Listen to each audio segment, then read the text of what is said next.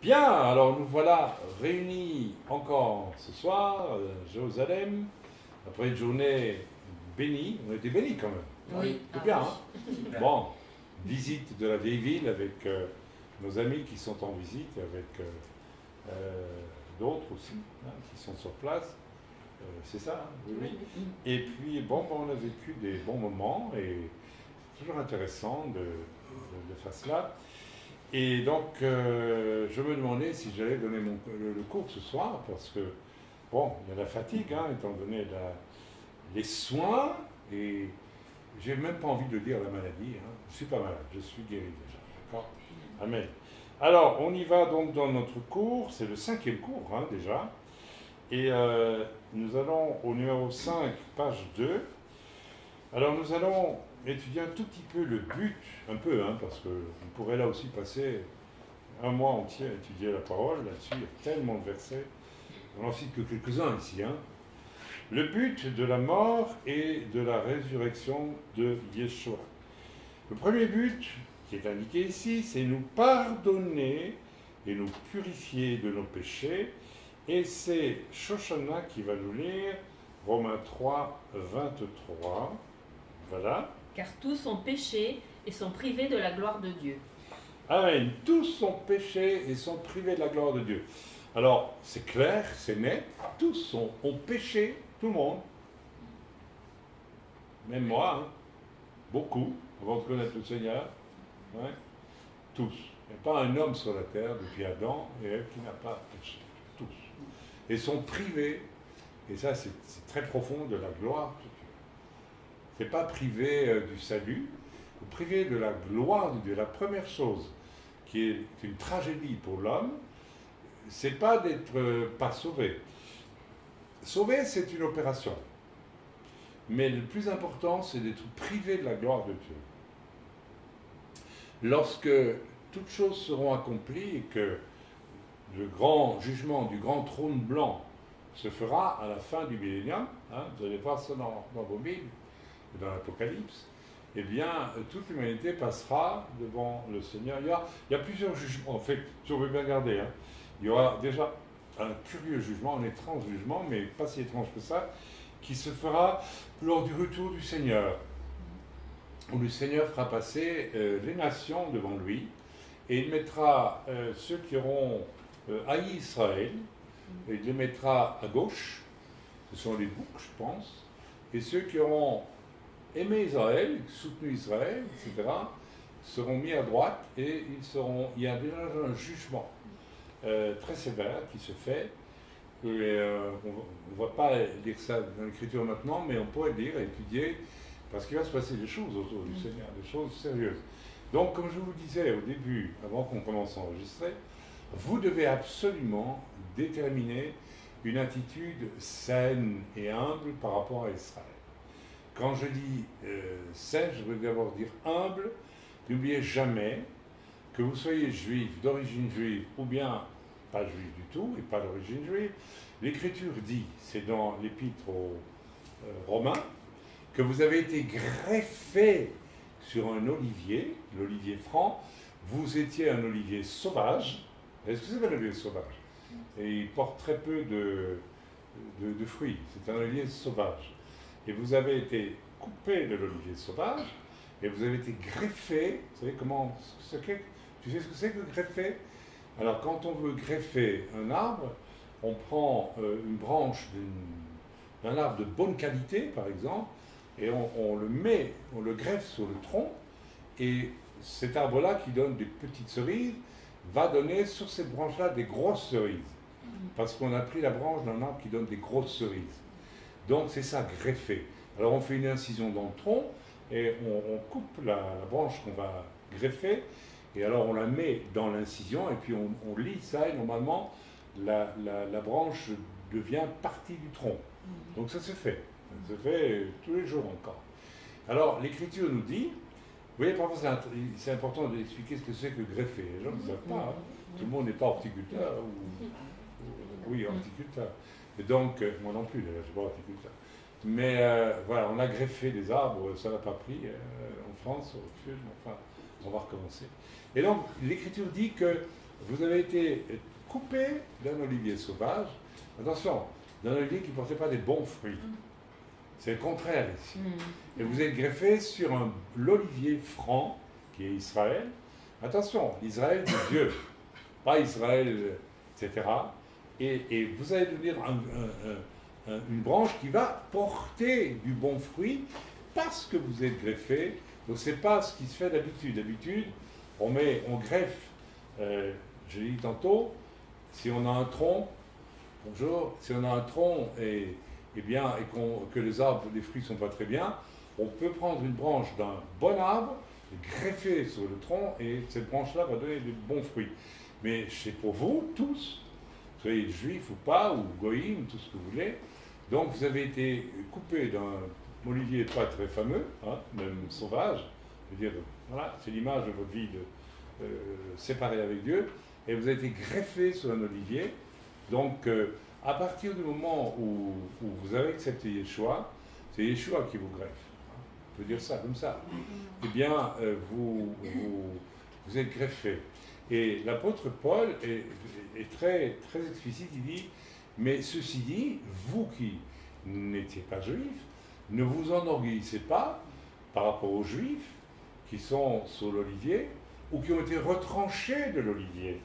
Parce que tous ceux, qu'est-ce qui greffe sur l'olivier? C'est en Yeshua. Alors les juifs qui n'ont pas accepté Yeshua, ils sont coupés de l'olivier.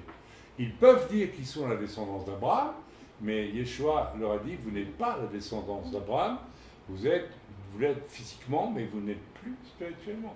Ça va loin, hein? Donc, nous devons, nous qui sommes ou juifs, ou d'origine juive, ou pas juifs, qu'importe, une fois qu'on est greffé par Yeshua sur l'olivier franc, vous lirez, tu chercheras la référence en romain, s'il te plaît, on pourra la lire quand même, c'est important. C'est quand même très important, ça. Hein. Eh bien, vous devenez, vous faites partie de l'Israël de Dieu, on va appeler ça. Et c'est cet Israël-là qui est important. Ok? C'est pas celui des Juifs orthodoxes aujourd'hui. Alors, il ne faut pas les mépriser, il ne faut pas les rejeter non plus, il ne faut surtout pas les juger, nous ne devons juger personne. Nous devons quand même les respecter parce qu'ils sont dans la chair de Moïse et qu'ils peuvent nous apprendre des choses. Donc, vous voyez, c'est une position, il faut beaucoup d'humilité par rapport à ces choses-là. Il faut fuir, mais alors fuir à toute vitesse les gens qui vivent ces choses-là avec orgueil. Et il y en a malheureusement. Parce que le diable est derrière ça. Si le diable peut vous séduire avec cette idée qu'il faut absolument... vous n'avez pas besoin de vous faire juif. Vous êtes juif quand vous êtes greffé sur l'olivier. Qu'est-ce que vous cherchez plus? Vous êtes juif. Vous pouvez aller dans la rue et dire mais toi tu n'es plus juif, moi je suis juif. Quoi? Qu'est-ce que tu racontes?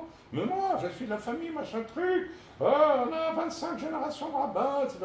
Je m'en fiche. Ok, le Messie t'a pas greffé sur l'olivier franc. Alors il faut le dire avec gentillesse, bien sûr.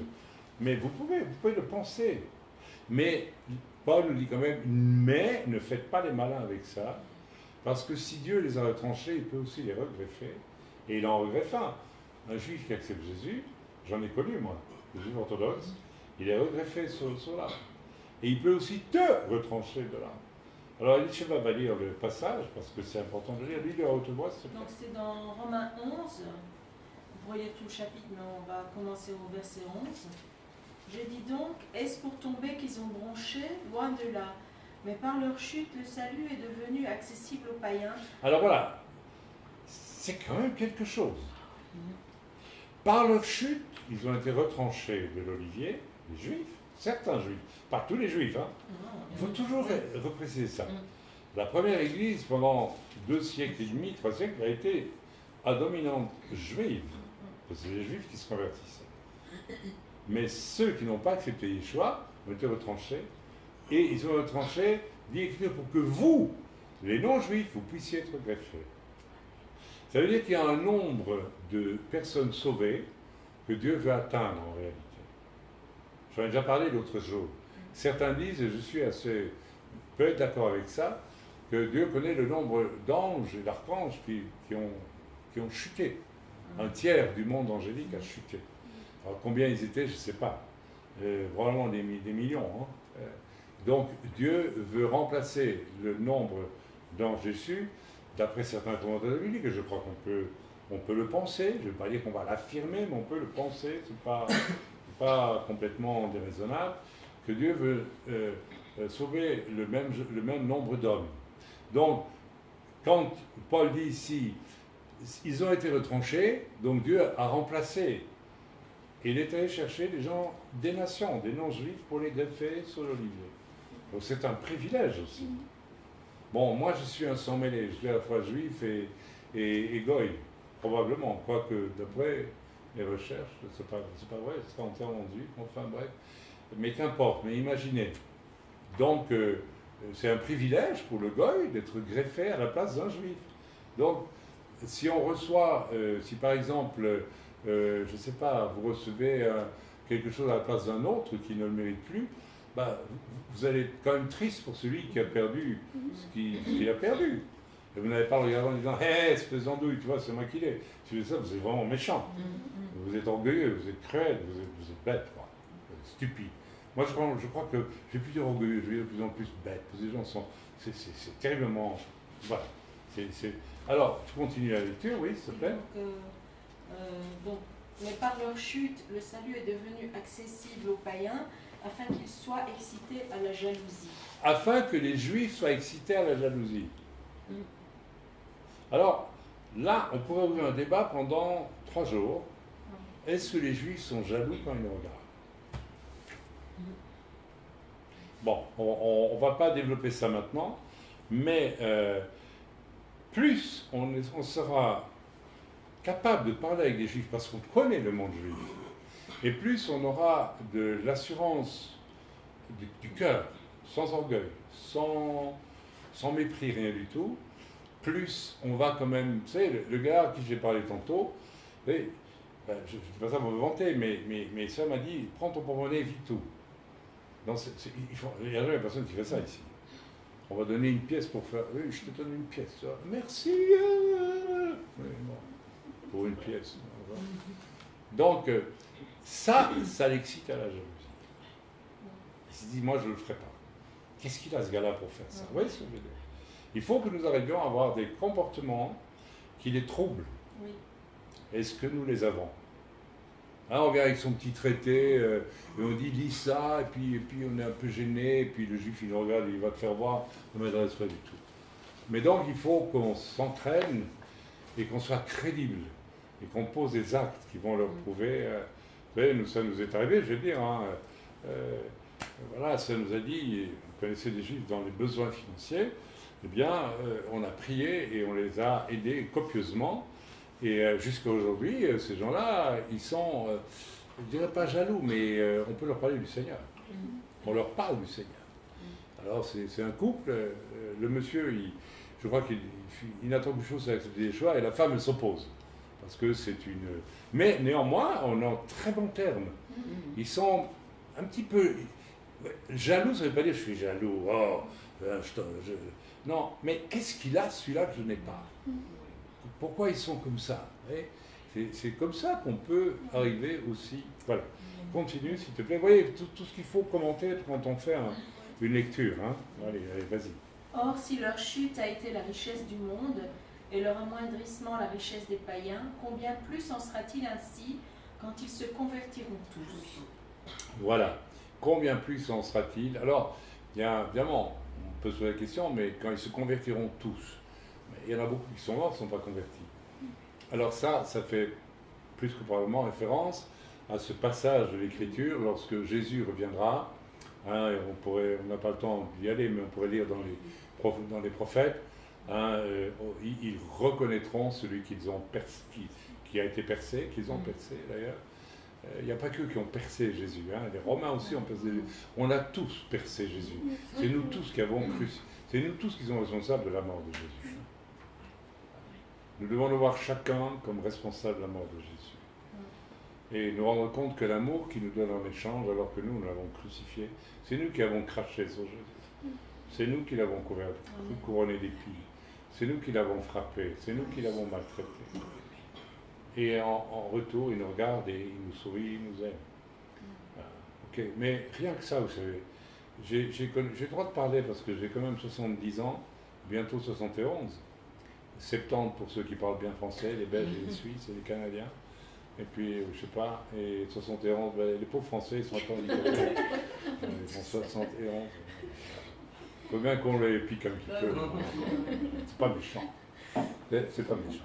Alors, c'est fou parce que si les gens voulaient bien comprendre à quel point ils ont crucifié Jésus eux-mêmes par leur péché, et simplement réaliser l'amour que Dieu nous donne en retour, ben, ils comprendraient ce que c'est que l'humilité. L'humilité, c'est pas jouer à eux comme ça, je suis humble. Non, ça doit être un état du cœur, une reconnaissance réelle de l'amour que Dieu a eu pour nous. Amen. Amen. Et malheureusement, on ne la voit pas nécessairement, cette humilité.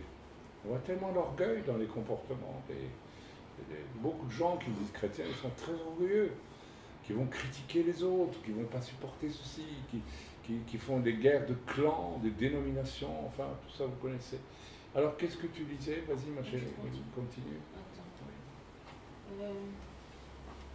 Je vous le dis à vous, païens, en tant qu'apôtre des païens, je glorifie mon ministère afin, s'il est possible, d'exciter la jalousie de ceux de ma race et d'en sauver quelques-uns. Car si leur mise à l'écart a été la réconciliation du monde, que sera leur réintégration sinon le passage de la mort à la vie? Or, si les prémices sont saintes, la masse l'est aussi. Et si la racine est sainte, les branches le sont aussi. Mais si quelques-unes des branches ont été retranchées, et si toi qui étais un olivier sauvage, tu as été greffé à leur place, rendu participant de la racine nourricière de l'olivier, ne te glorifie pas aux dépens de ces branches. Si tu te glorifies, sache que ce n'est pas toi qui portes la racine, mais que c'est la racine qui te porte. Alors ça, on peut s'arrêter 2 secondes. N'oubliez jamais une chose, la racine c'est qui? C'est tout ce qui a précédé Yeshua, qui est pas des Juifs, qui est israélite. Depuis Abraham, etc., et même avant.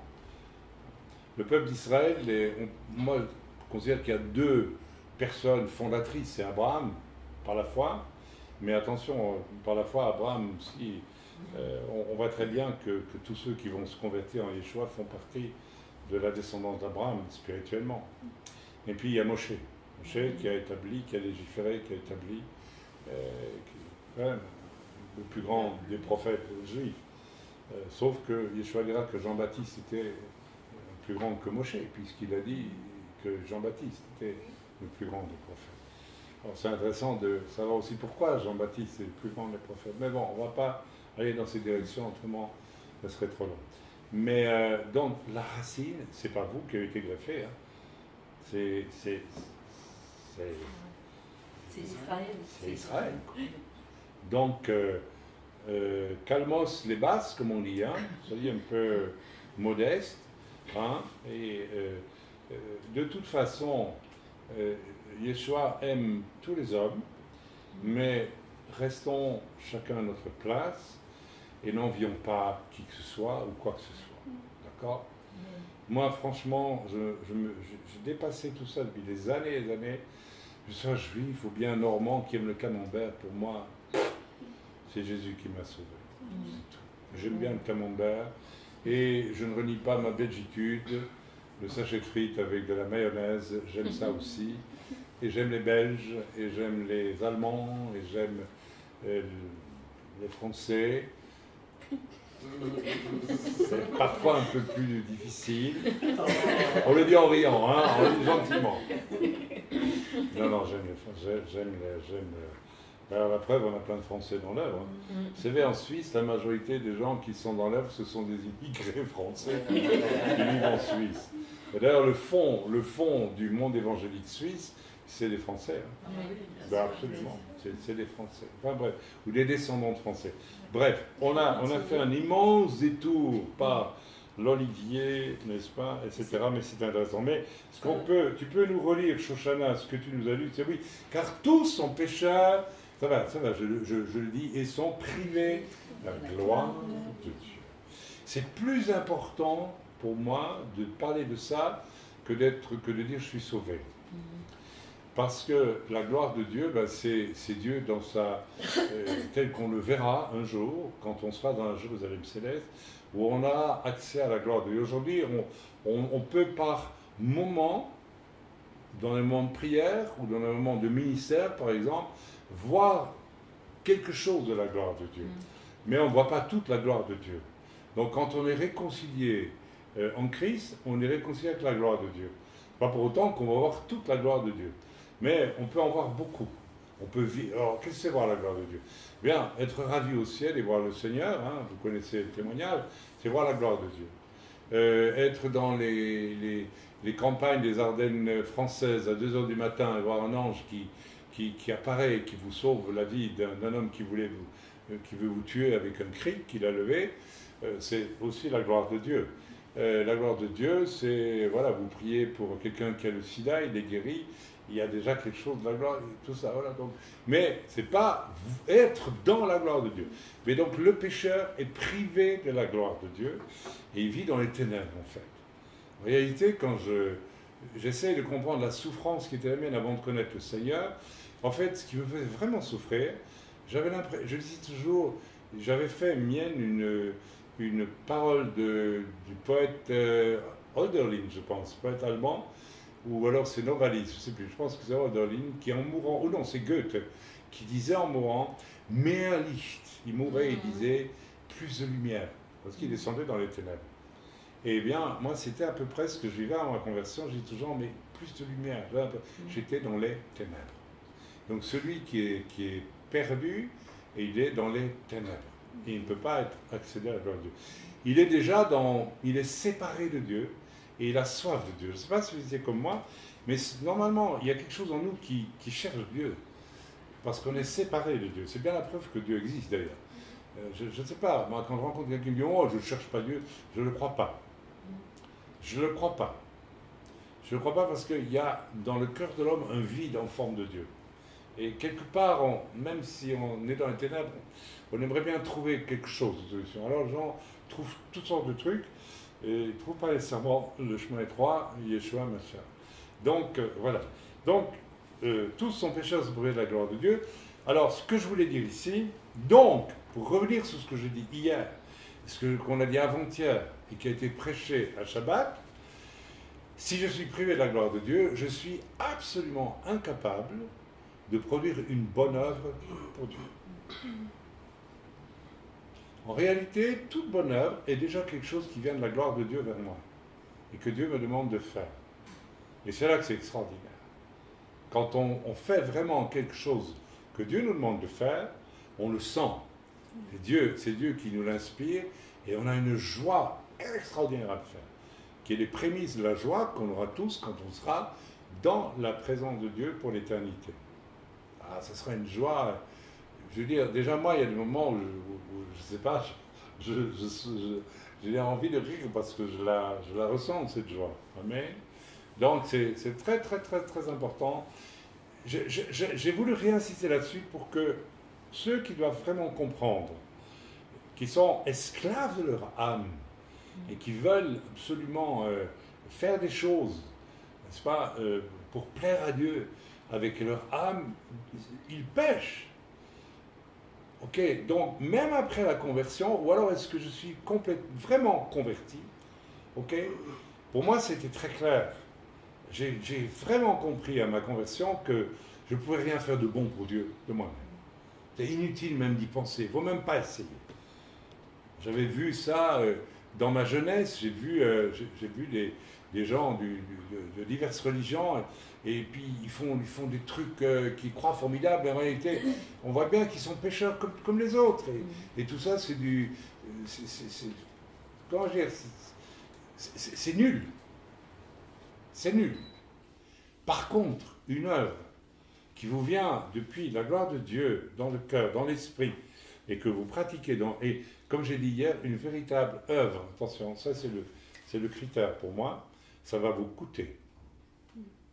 L'œuvre, quand tu prêches, si tu n'as pas ce stress terrible de la prédication quand tu prêches, c'est que ça ne te coûte rien, donc ça vient peut-être même pas de Dieu. Tu peux faire un très beau message, peut prendre la Bible, la connaître par cœur, réciter, prêcher, etc. Et que Dieu regarde ça et dit, c'est rien pour moi. Par contre, tu peux être maladroit dans ta prédication, comme le dit Paul. Hein. Je ne suis pas venu vous parler avec les ressources de ma culture. Pourtant, c'est un homme cultivé, Paul. Et je suis venu avec crainte et tremblement. Et il va annoncer la parole. Et l'Esprit de Dieu va toucher les gens. Ça aussi, quand nous prêchons, quand nous témoignons, nous devons savoir comment nous témoignons. Si, voilà, tu ne te prépares pas dans la prière et que tu vas en rue comme ça, et puis tu veux parler à quelqu'un, puis tu vas regarder sa figure, et puis tu vas adapter tu vas parler avec timidité, ou avec crainte, qu'est-ce que je peux lui parler? Et puis la personne, elle dit qu'elle a mal à l'épaule. Ah, mais tu sais, Jésus guérit, hein, on peut prier pour toi si tu veux. Mais c'est votre âme qui sort, c'est pas du tout, vous comprenez? Peut-être que l'Esprit de Dieu voudrait vous dire, cette femme a tué son mari il y a 3 jours, et elle erre toute seule dans les rues. Ah, il va avoir le courage de le dire, là. Est-ce que vous êtes cette femme qui a tué son mari il y a 3 jours, et qui se cache dans les rues? Oh, elle va tomber par terre. Hein. Elle va tomber par terre. Vous voyez, faire, ça serait utiliser un des 9 dons spirituels, qui est la parole de connaissance.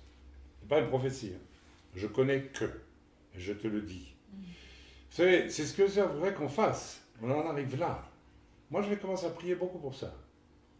Pour utiliser les paroles de connaissance pour parler aux juifs religieux que je rencontre. Parce que là, tomber à genoux. Hein. Comment tu sais ça? Hachem m'a dit, je te le dis. C'est ce que Jésus faisait. Hein. C'est ce que les apôtres faisaient. Il faut qu'on retrouve cette simplicité. Pour ça, il faut prier, mais prier beaucoup plus. Nous ne prions pas assez. Prier.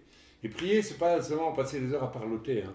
On peut aussi passer du temps avec Dieu en silence et prier intérieurement, méditer, lire, écouter le Seigneur. Je vous exhorte vraiment à apprendre à écouter Dieu. Généralement, on s'agite beaucoup trop. Simplifiez les choses aussi. Nous attachons trop d'importance à des détails. C'est pour ça, si souvent je vous dis Kurzbitte.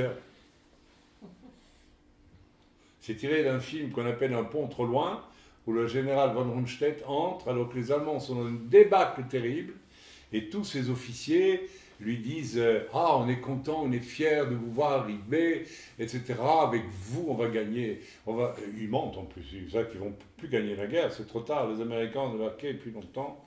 Et puis, pendant ce temps-là, les troupes allemandes sont en train de ramasser une rameline, comme on dit à Bruxelles, une raclée, quoi. Et les généraux lui font des compliments, et il dit « Kurzbitte » munitions, keine Munitions. Des forces de réserve, keine forces de réserve. Il pose des questions très simples, très claires. Il y a des munitions, il n'y a pas. Alors, vous voyez, très souvent, les chrétiens aussi, vous perdez un temps fou dans les détails inutiles, dans les bavardages. Ok, rentrez chez vous et vous gravez, même en hébreu si vous voulez, le mot Kurzbitte sur, voilà, vous mettez sur votre porte, ici c'est Kurzbitte. D'accord? Tu vas à l'essentiel et tu ne m'emmènes pas dans des choses inutiles. Pourquoi est-ce que je vous raconte ça? Ça fait partie de ce que nous devons apprendre pour pouvoir... Parce que si on priait autant qu'on bavarde, là je ne bavarde pas, là, c'est différent. Mais si je priais autant que je bavarde, waouh, il se passerait des choses. Je vous invite vraiment à passer du temps avec le Seigneur et à demander cette capacité biblique de recevoir des révélations quand... Donc maintenant, si vous allez en rue pour évangéliser, n'y allez pas juste avec un traité. On peut même mettre les traités de côté. Qu'est-ce que vous croyez quand ils disent les traités? Ils disent, c'est des chrétiens, c'est des missionnaires. Ils les jettent, c'est tout. Peut-être un traité, il y a 30 ans, ça pouvait avoir de l'effet. Parce que c'était une autre situation, mais aujourd'hui... Bon, alors prenez quand même vos traités, c'est toujours bien, hein. On peut rentrer chez lui, le mettre sur la table, son fils de 12 ans le lit, on ne sait jamais, hein, voilà. Mais commencez à prier pour que Dieu vous donne une accroche pour vous permettre de... Et là, vous verrez changer les choses. Bon, donc, j'ai voulu insister parce qu'il faut le faire, parce que chez certains, il y a une tendance très nette à pratiquer des bonnes œuvres qui viennent de votre âme. Hier, j'ai dit et je redis, vous devez apprendre à haïr littéralement tout ce qui sort de votre âme. Vous voulez faire du bien aux gens pour leur faire plaisir, parce que tout au fond, vous le faites pour vous. Vous vous faites plaisir à vous et vous ne faites même pas plaisir à l'autre. C'est un mensonge. Ça va très très loin.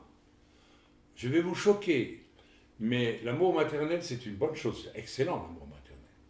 Mais quelquefois, je regarde certaines mères qui poupounent leurs enfants. « Oh, bisous, il est beau, mon garçon !» Bon, il n'est peut-être pas beau, si beau que ça.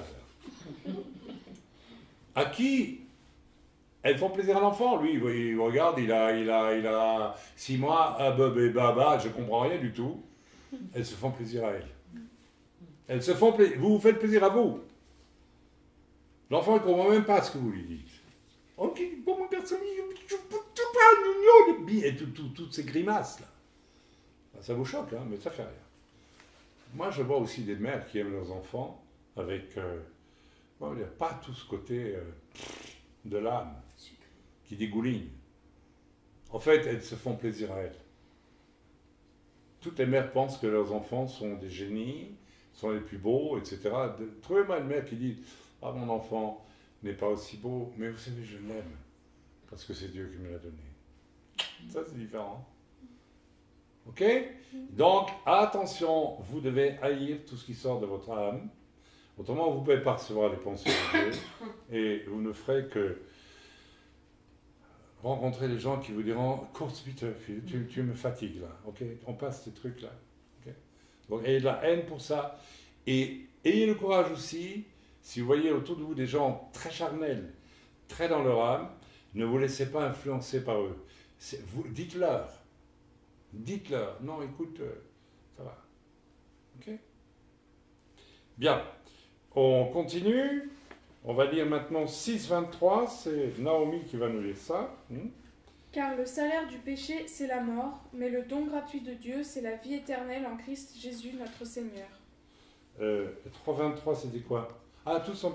Le salaire... relis, excuse-moi. Oui, vas-y. Car le salaire du péché, c'est la mort, mais le don gratuit de Dieu, c'est la vie éternelle en Christ Jésus, notre Seigneur. Voilà, donc... voilà, bien. Donc le salut, c'est le salaire du péché. Le salaire du péché, c'est la mort, hein, donc c'est les ténèbres, hein, et la mort, et le don gratuit de Dieu, c'est le salut en Jésus-Christ. Ok. Donc on peut dire aussi que c'est à partir de là, à partir du salut en Jésus-Christ, qu'on peut penser qu'on va commencer à faire des bonnes œuvres guidées par Dieu.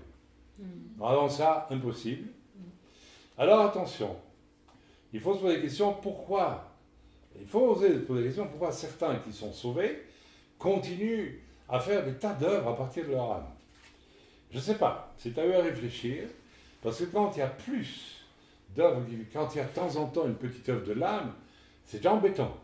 Mais quand il y en a sans arrêt, et que c'est vraiment une espèce de source dans la vie des gens, il faut qu'ils se posent des questions. Il faut qu'ils se demandent est-ce qu'ils sont vraiment sauvés. Il faut avoir le courage de se poser. Vous savez, moi j'ai vu toutes sortes de choses. J'ai vu à l'époque, enfin j'ai pas vu, mais j'ai su que ça existait. Moi j'ai jamais fait partie de... il y a eu un mouvement qu'on appelait les hippies à l'époque, vous savez, les hippies. Alors leur devise c'était « Peace, Love and Flower ». Donc c'est l'amour, en fait c'était la sexualité libérée, hein, débridée plutôt que libérée. On n'a pas à libérer la sexualité. Elle existe et elle doit être utilisée à bon escient, de manière très heureuse, quand il n'y a pas besoin de la libérer. Hein. Ça vient de Freud, tout ça. Hein. C'est l'influence de M. Freud, hein, qui a dit en arrivant aux États-Unis, je vous apporte l'enfer. Hein. Ouais, il apportait l'enfer. Alors il y a toute une génération des années 60 qui a dit faites l'amour, pas la guerre, et puis les fleurs, l'or, etc. Alors tout ça, ça sortait d'où, vous croyez? C'est vraiment l'Esprit de Dieu qui avait ça? C'était l'âme. Et il y a eu un mouvement des Jesus People qu'on appelait, c'était donc quelqu'un qui a commencé à prêcher parmi les hippies de l'époque, ça s'appelait les hippies, je ne sais pas ce que ça veut dire en anglais, hippies.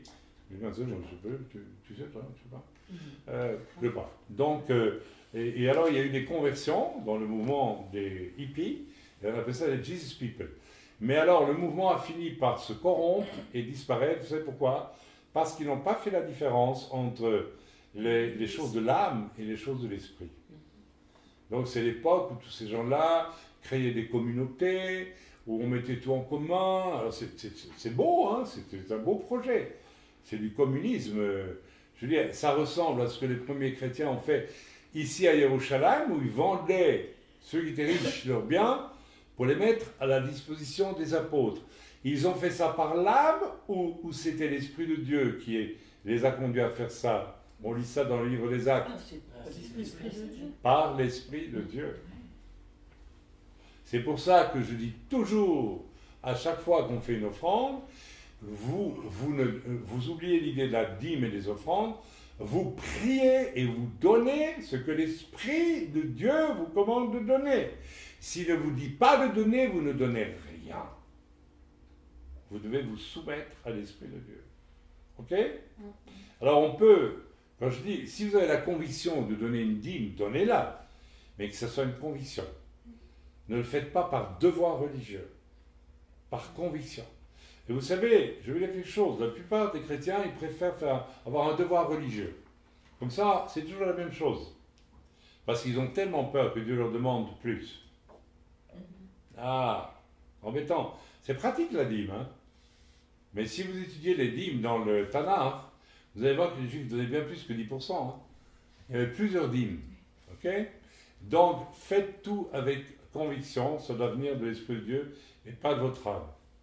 Vous pouvez même être riche et vouloir donner une somme importante à l'Église parce que c'est votre âme.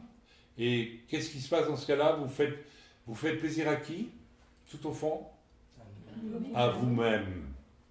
Vous êtes fier. Ah, j'ai fait une bonne offrande. Hein? Ben, cette offrande-là, cet argent-là, si jamais il rentre dans la crise d'église, il va partir en miettes.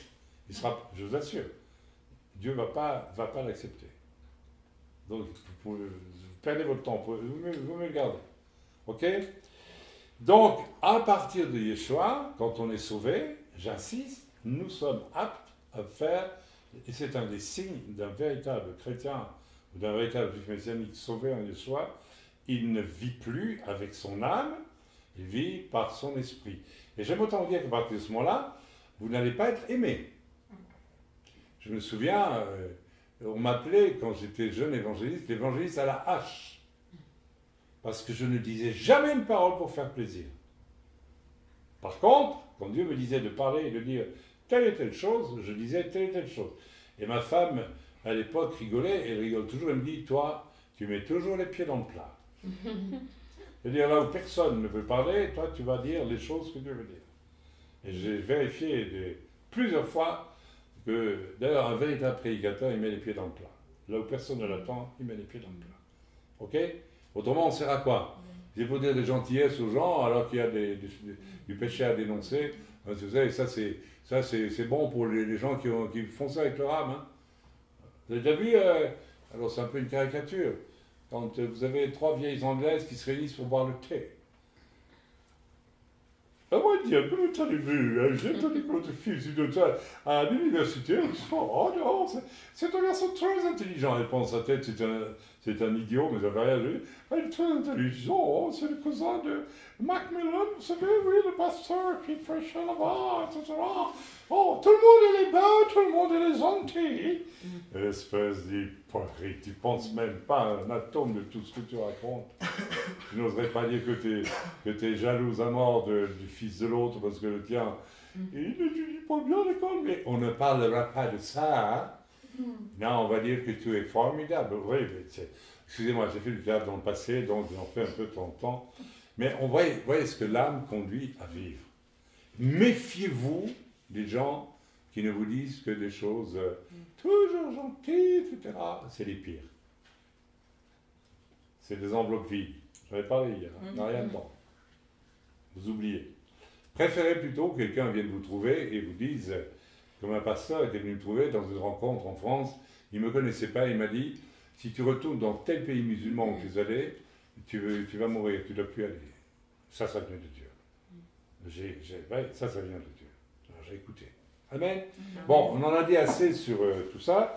On va continuer quand même notre cours parce que, donc on est sur, maintenant, Jésus nous donne la vie, un début donc de la mort et de la résurrection de Yeshua, c'est nous donner la vie éternelle. Attention, il y a beaucoup de choses à dire sur les mots vie et éternel. C'est pas seulement qu'on va vivre éternellement avec le Seigneur, parce que ceux qui vont en enfer vont vivre éternellement aussi en enfer. Donc c'est pas ça la vie éternelle. La vie éternelle, c'est beaucoup plus que ça. C'est la plénitude, je dirais la complétude de la vie avec Dieu pour l'éternité. C'est-à-dire être dans la gloire absolue de Dieu pour toujours. C'est ça la vie éternelle. D'accord? C'est-à-dire qu'il n'y aura plus de place pour la mort. Il y a évidemment la mort physique, mais aussi la mort spirituelle.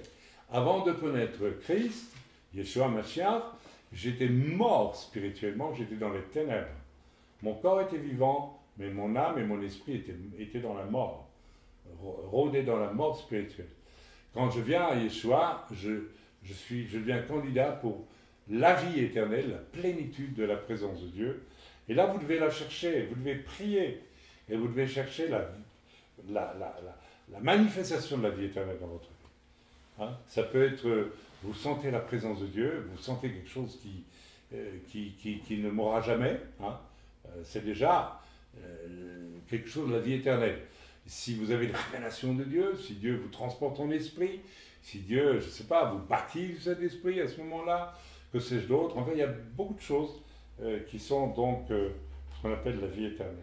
Ok, alors on va lire, c'est Sarah qui lit, Jean 3, versets 16 à 17. Car Dieu a tant aimé le monde qu'il a donné son Fils unique, afin que quiconque croit en lui ne périsse point, mais qu'il ait la vie éternelle. Voilà, donc, tu as lu jusqu'à 17? Tu as lu 17 aussi? Ok, c'est très bien. Alors voilà, donc, pardon, vas-y, dis alors. Dieu en effet n'a pas envoyé son Fils dans le monde pour qu'il juge le monde, mais pour que le monde soit sauvé par lui. Amen. Donc, Dieu, ça c'est très important, on n'a pas envoyé Jésus dans le monde pour que le monde soit jugé. Ça viendra plus tard. Hein. D'ailleurs, c'est le passage que Yeshua va lire dans la synagogue, hein, lorsqu'il va dire... bon, je n'ai pas la référence ici. Excusez-moi, comme je suis fatigué, j'ai tendance à oublier un petit peu. Enfin bref. Et puis il va s'arrêter, il ne va pas lire la suite, c'est quand il entre... je suis venu pour guérir etc. Et puis il va s'arrêter au moment, c'est un passage du prophète Ésaïe. Il a dit, je suis venu pour guérir, sauver, etc. Et il va s'arrêter quand il va commencer à dire, et il viendra un jugement, etc. Donc ça veut dire que Yeshua lui-même, il a dit aux Juifs, je ne suis pas venu pour juger, ça vient après, le Seigneur viendra juger plus tard, mais il est venu pour sauver. D'accord? Donc ceci est très important. Alors tu peux nous lire le verset 36, s'il te plaît, de ce chapitre-là. Hein? Okay. Jean 3, 36. Celui qui croit au Fils a la vie éternelle, celui qui ne croit pas au Fils ne verra point la vie, mais la colère de Dieu demeure sur lui. Très intéressant comme verset. Vraiment, dès qu'on pense le mot colère, nous, on croit que c'est la colère comme nous, les hommes. Hein? Tantôt, Myriam était en retard, vous avez vu comme j'étais en colère. Non, je n'étais pas en colère, mais la colère humaine n'a rien à voir avec la colère de Dieu. Alors, on va essayer de creuser un petit peu ce que ça veut dire. Celui qui a le Fils a la vie, c'est ça que tu viens de dire? Celui qui croit au Fils a la vie éternelle. À la vie éternelle. Donc j'ai déjà essayé de vous faire comprendre que la vie éternelle, vous savez, le problème de nos mentalités, je veux dire, à base culturelle grecque, c'est que dès qu'on nous lit une phrase, on fait quelque chose qui s'inscrit avec un sujet, un verbe et un complément dans le temps. Donc avoir la vie éternelle, pour nous, c'est quelque chose que je vais avoir pour l'éternité. Et je vous ai fait comprendre que ce n'est pas ça. La vie éternelle, c'est une capacité de commencer à percevoir la gloire de Dieu. Alors relis maintenant, celui qui a le Fils a la vie éternelle, c'est ça? Oui. Ok. Celui qui ne croit pas au Fils ne verra point la vie. Voilà. Ne verra point la vie. Alors, il faut comprendre que c'est la vie éternelle ici. Hein. Mais la colère de Dieu demeure sur lui. Alors c'est très intéressant parce que le verset commence par, au fond, un acte d'amour. Dieu dit, celui qui accepte Jésus, qui comprend qui est Jésus, eh bien, il a accès à la vie éternelle. C'est quelque chose. C'est un acte d'amour pur. Et quand il dit ici, celui qui n'accepte pas la colère de Dieu, alors c'est la colère de Dieu qui... Allez, je vais dire une chose qui va peut-être un peu vous déranger, mais ça ne fait rien. Qui ne comprend pas pourquoi on n'accepte pas un tel amour. Donc c'est une colère de dépit, je dirais presque. C'est pas la colère « je te juge ». C'est pas ça. Ça c'est nous, les hommes on fait comme ça. On juge les gens, on est dur, on est sévère. La colère de Dieu, c'est presque un Dieu qui est amour. Ne supporte pas l'idée que on puisse ne pas comprendre à quel point il nous a aimés. Parce que vous savez, ce qui s'est passé à la croix, il n'y a pas un amour. D'ailleurs, l'Écriture le dit, si nous négligeons un si grand salut, qu'est-ce qui peut encore nous sauver? Il n'y a plus rien pour nous sauver. Donc la colère de Dieu ici, c'est pas une colère de... Moi je ne crois pas en tout cas, hein, de jugement comme nous comprenons. Vous savez, quand Dieu est en colère, je crois que c'est parce qu'il ne supporte pas de voir à quel point l'humanité se comporte mal par rapport à ce qu'il est lui. Il est amour, Dieu. Donc il arrive des choses sur la terre qui sont la colère de Dieu. Moi j'ai vu des orages absolument anormaux.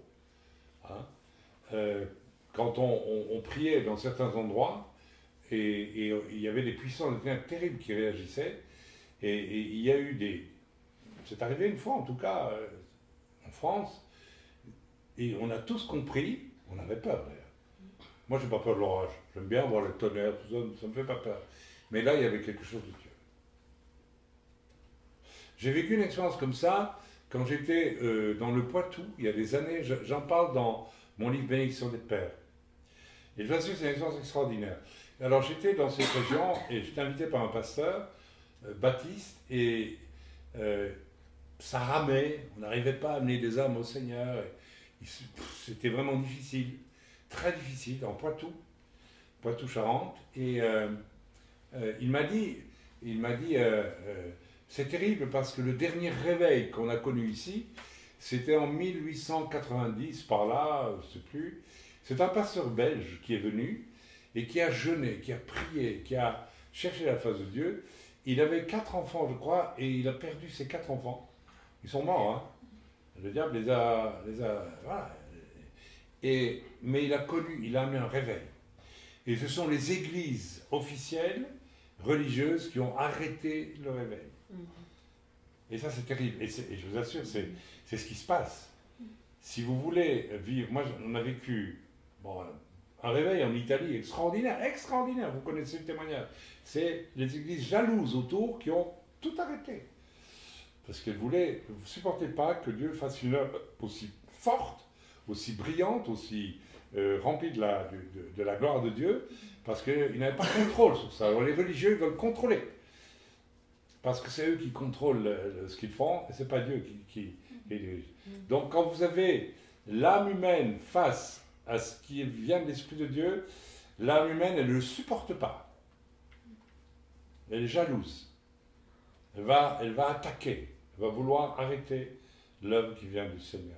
Ne faites jamais une chose pareille. Si vous vivez dans une ville ou n'importe où, et que le Seigneur amène un homme de Dieu qui amène un réveil, ne touchez pas à ça. Parce que vous aurez des comptes terribles à rendre à Dieu. Ok? Donc, dans ce Poitou, voilà, il m'a dit, voilà, depuis ce moment-là, l'église, elle est misérable. Il n'y a rien qui bouge. Ça faisait 100 ans, hein, à peu près. Et la nuit, j'ai prié, il y a eu un orage. Mais un orage! Mais c'était terrible, terrible. On s'est tous levés d'ailleurs, avec le pasteur, parce qu'on sentait que ce n'était pas normal. Et moi j'entendais le tonnerre qui passait au-dessus de la ville où on était, et ça faisait Talang, talang, talang, talang, talang. C'était comme un mitraillage quand le tonnerre, vous savez, parfois c'est bam comme ça, hein, et là c'était bam, bam, bam. Et j'ai entendu la voix de Dieu. J'ai dit, c'est moi qui marche au-dessus de la région. Et le Seigneur m'a dit, qu'est-ce qu'ils ont fait de mon réveil? Qu'est-ce qu'ils ont fait de ce que je voulais qu'il se passe? Regarde, dis-le au pasteur. Je vous assure que c'est vrai.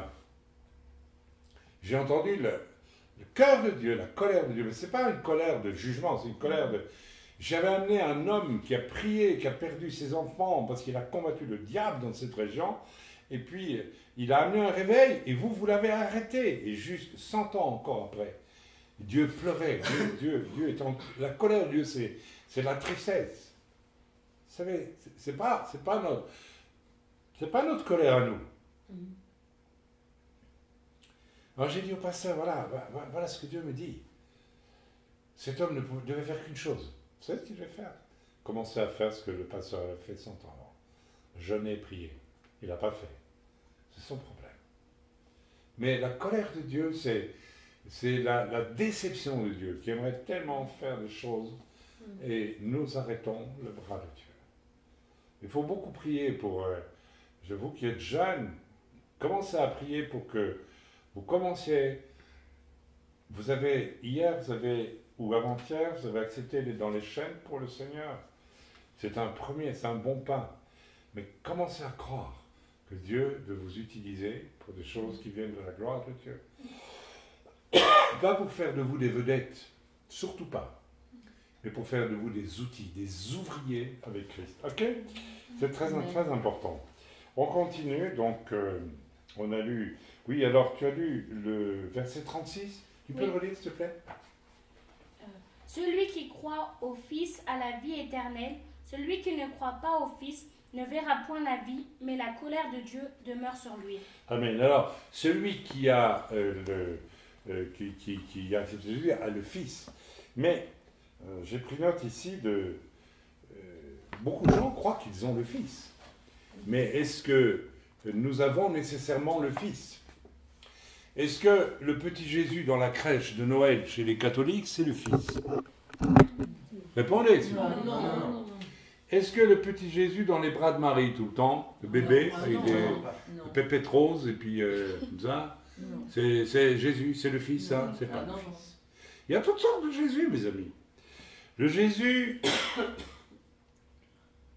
que l'on voit à travers un prédicateur à succès, qui vous a toujours des fariboles agréables, c'est le vrai Jésus? Ce n'est pas le vrai Jésus.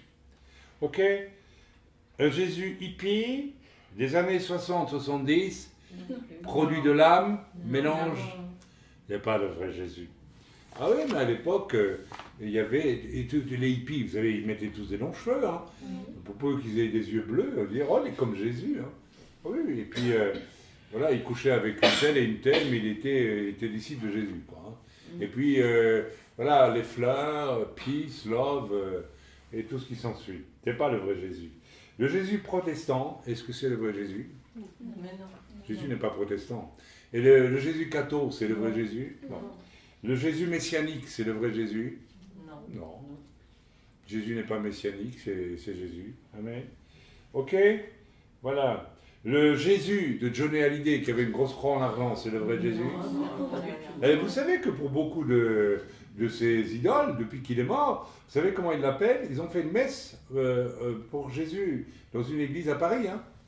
Ah oui, un prêtre qui a fait une messe pour la mémoire de Jésus et tout. De Johnny. De Johnny, pardon, pas Jésus, Johnny. Et il y a ces fans qui étaient à l'église, sortis de l'église et qui disaient, ah, Johnny, oui. En fait, c'était le 13e apôtre.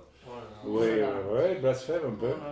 Alors, bon, mais on rigole. Est-ce que le Jésus des antisémites, les chrétiens qui sont antisémites, c'est le vrai Jésus? Non. Ok. Est-ce que le Jésus, le Yeshua crucifié, mort et ressuscité, c'est le vrai Yeshua? Oui, c'est le vrai Yeshua. Voilà, alors, quel est votre Jésus? On pourrait presque s'arrêter là. Il est quelle heure? Il est 7h30. On continue un tout petit peu, vous voulez? Oui. Oui. Oui. Alors, Alors, on continue parce qu'on n'a pas fini en fait la séquence. Petit c, donc le but de la mort et de la résurrection de Yeshua, c'est ouvrir un chemin nouveau et vivant jusqu'à Dieu. C'est en Hébreu 10, 19, 22. Bah, c'est Myriam. Ah, ben tu. C'était moi. Ah, c'est toi, d'accord. Alors, j'y Ah, vais. t'es arrivé en retard, Myriam.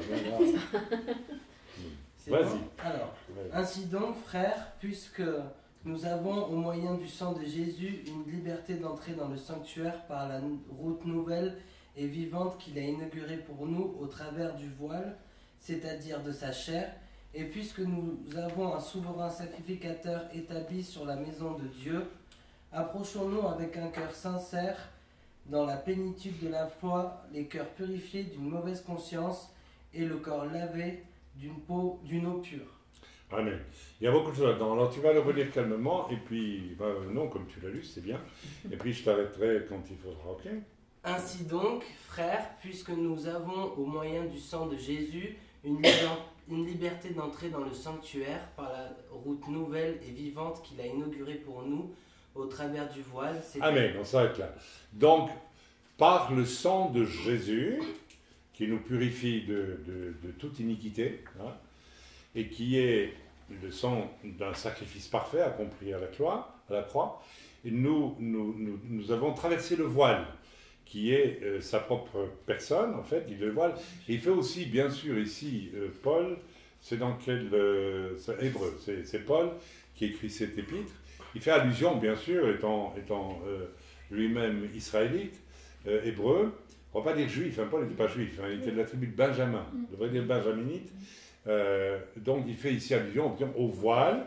On est cet après-midi, on a vu je vous ai montré là où se trouvait le temple, en tout cas le Kodesh HaKodashim, le Saint des Saints, c'est là où il y a la coupole, hein, ok? Et c'est là que le souverain sacrificateur entrait, et il devait passer par un voile qui fermait le Saint des Saints, hein, qui était séparé du reste, d'accord, hein, l'autel des sacrifices d'abord, et puis les pains de proposition et les chandeliers, etc. On pourra étudier ça à l'occasion, c'est quand même intéressant.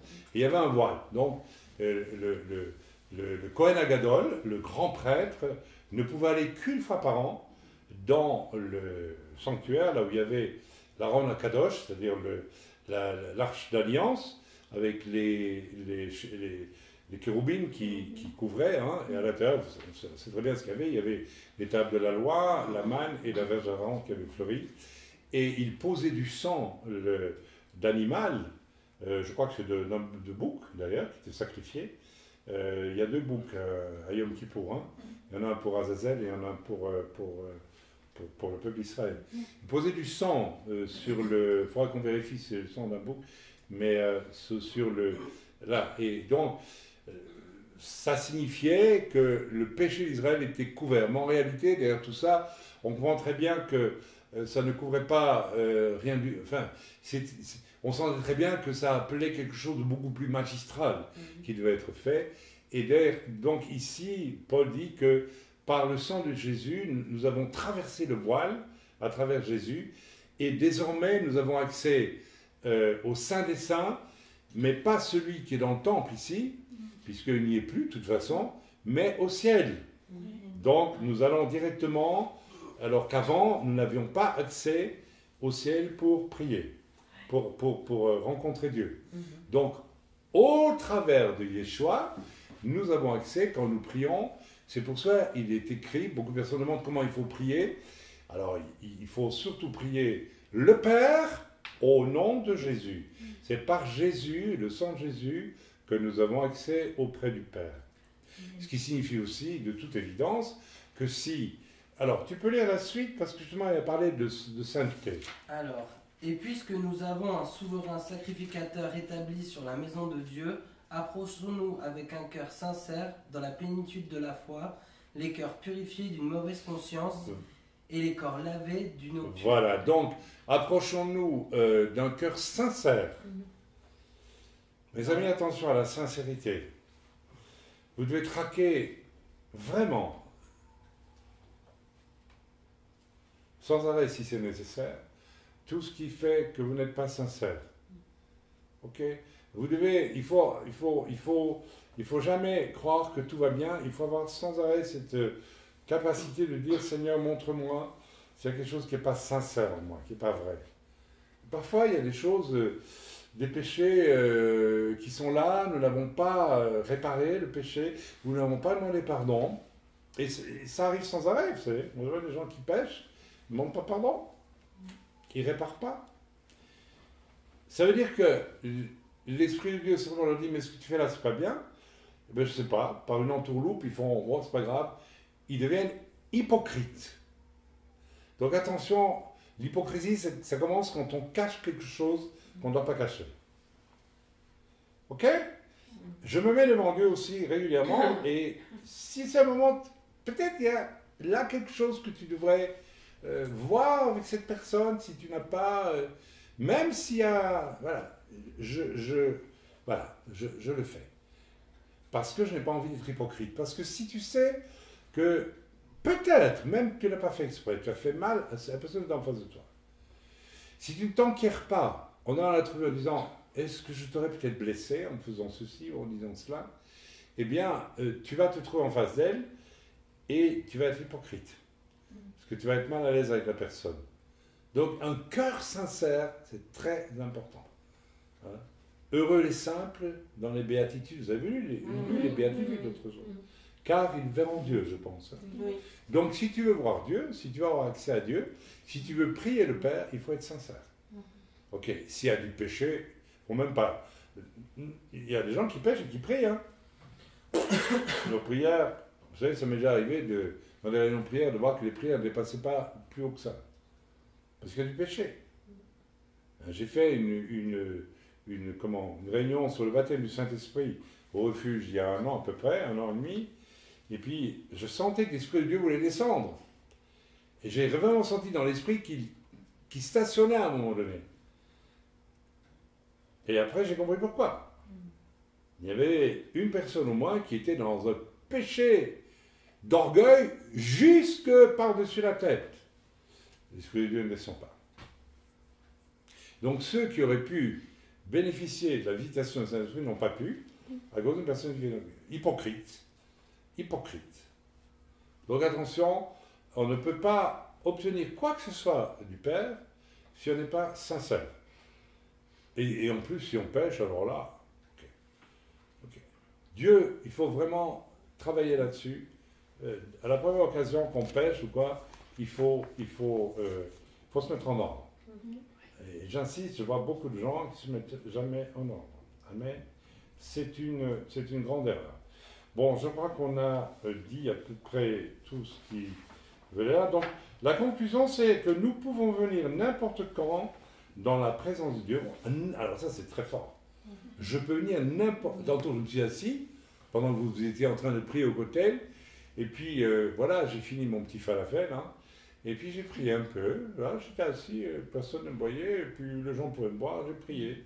À n'importe quel moment, n'importe où, j'ai le droit, j'ai la possibilité, c'est même pas un droit, j'ai pas de droit du tout en fait, mais la liberté d'avoir accès au Seigneur. Donc même quand je travaille, etc., je peux prier, et c'est une bonne chose. Si vous êtes pris dans des conversations avec des gens du monde, vous pouvez, au lieu de dire « Oh, ce que vous dites là, c'est vilain, etc., vous savez, les gens du monde », vous pouvez prier aussi. Vous pouvez prier, et ça va peut-être vous dire « Prie pour qu'il y en ait un qui... je ne sais pas moi, qui disent un mensonge et tous les autres vont voir. Et alors, bon, voilà, après vous pourrez lui parler, mais tu vois, tout le monde a vu que tu étais un menteur, c'est dommage, hein, tu vois, tu te rends compte, voilà, devant Dieu, c'est pas bien. Ah bon, d'accord, tu crois que c'est grave de mentir devant... Ah ben oui, c'est grave, hein. Il faut peut-être l'amener au Seigneur. Donc il faut avoir cet esprit de prière. Là aussi, vous devez apprendre une chose, et on va s'arrêter là-dessus aujourd'hui. Vous devez absolument apprendre à contrôler votre âme. Contrôlez votre âme. Ne pas laisser vos émotions l'emporter quand vous êtes devant des situations difficiles. Il y a des situations très difficiles autour de toi en ce moment. Il ne faut pas laisser ton âme prendre le dessus. Et il faut dire à quelqu'un de ton entourage que tu aimes beaucoup, et c'est pas facile, mais c'est un bon... Plus l'épreuve est difficile, plus Dieu va nous apprendre à ne pas réagir avec notre âme et à rester calme. À rester calme. Vous savez, le jour où on vous coupera la tête parce que vous êtes chrétien, il faut être joyeux, il faut être calme. Mais on n'y arrive pas comme ça du jour au lendemain. Je suis sûr que si ce soir on fait un exercice et qu'on coupe la tête de Rivka, je ne sais pas si elle est prête à ça. Bon, on ne va pas lui couper, hein. Non, c'est un exemple, parce que je vous vois très sérieux tout d'un. Mais je ne sais pas. Ok, il faut vous rendre compte que vous avez une âme et que l'âme c'est fort. L'âme c'est votre vie. D'ailleurs, la Bible dit que le sang c'est l'âme. Donc vous avez une âme. Votre âme c'est votre personnalité, c'est votre intellect, c'est vos émotions, c'est votre vision de la vie, c'est vos sentiments, c'est tout ça, l'âme. C'est y compris l'intellect. Ok? C'est votre âme. Et c'est pour ça que quand je prêche aujourd'hui, ou que je parle aujourd'hui, je me rends très bien compte que je parle infiniment moins avec mon âme que je ne parlais il y a peut-être 30-35 ans. Ça s'apprend, donc vous devez apprendre à ne pas réagir avec votre âme. Okay? Si par exemple quelqu'un prêche la parole de Dieu, je vois parfois des personnes qui regardent, oh, il est beau. Qu'est-ce que ça vient faire là? Qu'il soit beau, qu'il soit laid, c'est pas ça le sujet. Ce que vous devez, c'est capter par l'esprit ce que Dieu veut vous dire. Okay? Il y a des gens qui s'attachent avec leur âme à une personne, ou bien une personne qui marche vraiment avec Dieu. Vous allez voir, alors méfiez-vous, vous allez voir des gens qui vont s'attacher à vous. Ils s'attachent à vous parce qu'au fond, ils aimeraient être comme vous. Mais ils ne sont pas assez intelligents pour dire comment la personne a fait pour arriver là. Donc, on s'attache à vous. C'est comme quand vous êtes, je transpose dans un domaine, quand vous êtes riche, vous avez beaucoup d'argent, vous avez remarqué, vous avez plein d'amis. Ah, tout le monde est là autour de vous. Mais le jour où vous perdez tout, que sont mes amis devenus, que j'avais le cyprès tenu et tant aimé, ils ont été trop clairsemés, je crois le vent les a ôtés. Tu parles, ouais, ils ne sont plus là, tes amis. En fait, les gens, souvent, ils vous aiment parce qu'ils aimeraient être comme vous, bien avoir quelque chose de vous, mais ils ne vous aiment pas. Alors, on pourrait faire toute une réflexion maintenant sur qu'est-ce que c'est qu'aimer Dieu et aimer son prochain. Est-ce que j'aime Dieu aussi parce que, ouais, chez Dieu, je peux obtenir tout ce que je veux, là. Hein. C'est aimer Dieu, ça? Non, pas aimer Dieu, c'est de la convoitise. Et beaucoup de chrétiens aiment Dieu comme ça. C'est triste, c'est minable. Si vous êtes un père, vous aimez vos enfants, et si vous voyez que vos enfants vous aiment parce qu'ils veulent avoir de l'argent, mais que le reste du temps, ils se foutent complètement de vous. Ou bien vous voyez dans leurs yeux qu'ils s'en fichent de vous. Vous allez vous sentir aimé? Non. Tu m'aimes pour mes sous. C'est pour ça. Mais tu m'aimes pas moi. Et on le voit aujourd'hui. Quand la Bible dit honore ton père et ta mère, ça veut dire beaucoup de choses. Beaucoup de jeunes aujourd'hui n'honorent plus leurs parents. N'honorent plus, pas du tout. Alors voilà, donc on va finir sur cette note. Hein. Je parlais de quoi? Je parlais d'aimer, c'est ça. Hein. Oui. Donc faites attention aussi. Je parlais de votre âme. Ne vous réjouissez pas trop vite quand il y a plein de gens qui vous aiment. C'est très très mauvais signe. Ne vous réjouissez pas trop vite si vous servez le Seigneur, quand tout le monde vous applaudit, vous admire. Oh là là! Il y a des réunions comme ça, j'ai encore vu sur Internet, hein, on applaudit le serviteur. Ouais. Bon. Eh bien, que ce serviteur devienne pauvre, parce que c'est toujours des gars qui ont des centaines de millions en banque. Hein. Alors tout le monde les admire, tout le monde les aime, ceux-là. Les églises remplies. Mais qu'ils perdent tout leur argent du jour au lendemain, je vous assure que l'église se vide. Il n'y a plus personne.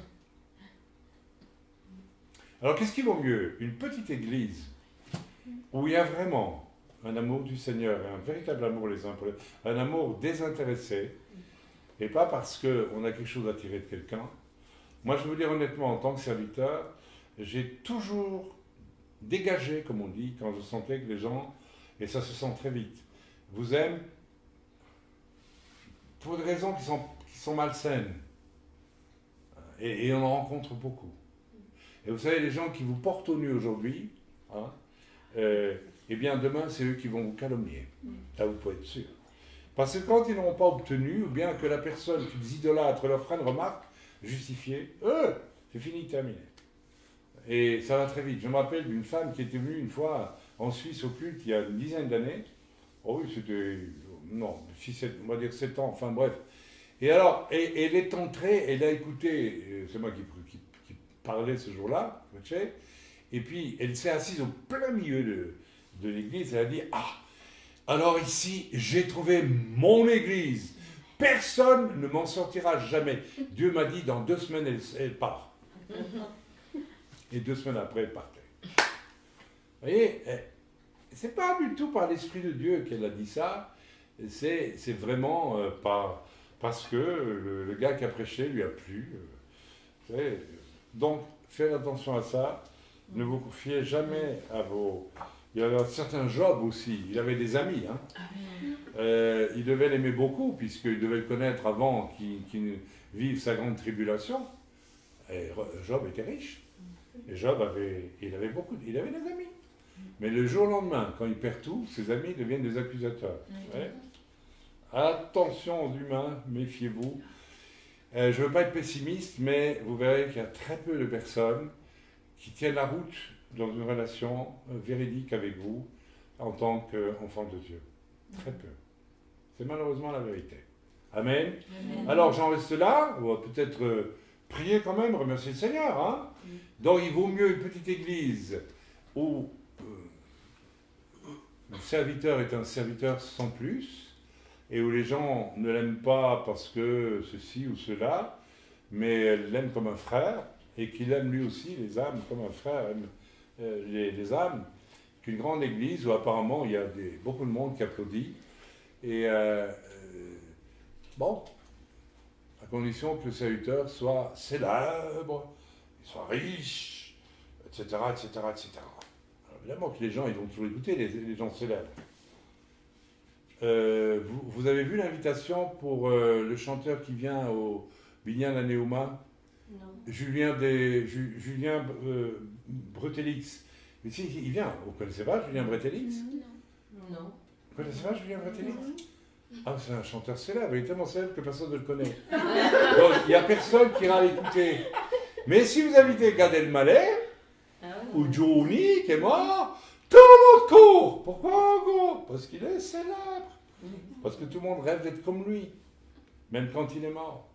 Mais Julien Bretelix, il n'y a personne qui va l'écouter, parce qu'il n'est pas connu.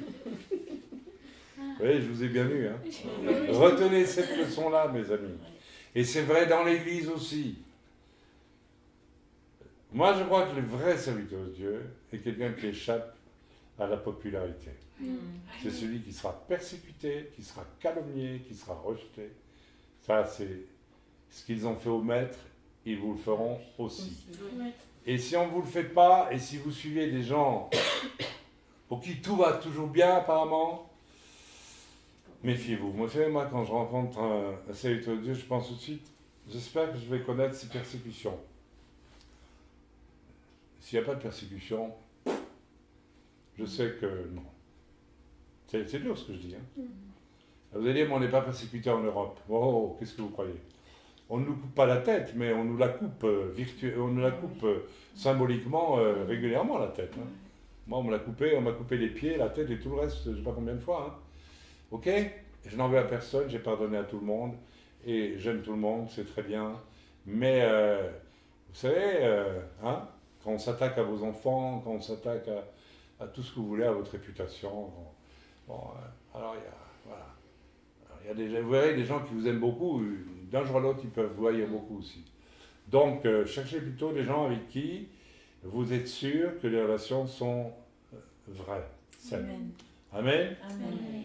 On va prier un petit peu avant la fin. Père éternel, nous te remercions, nous te bénissons.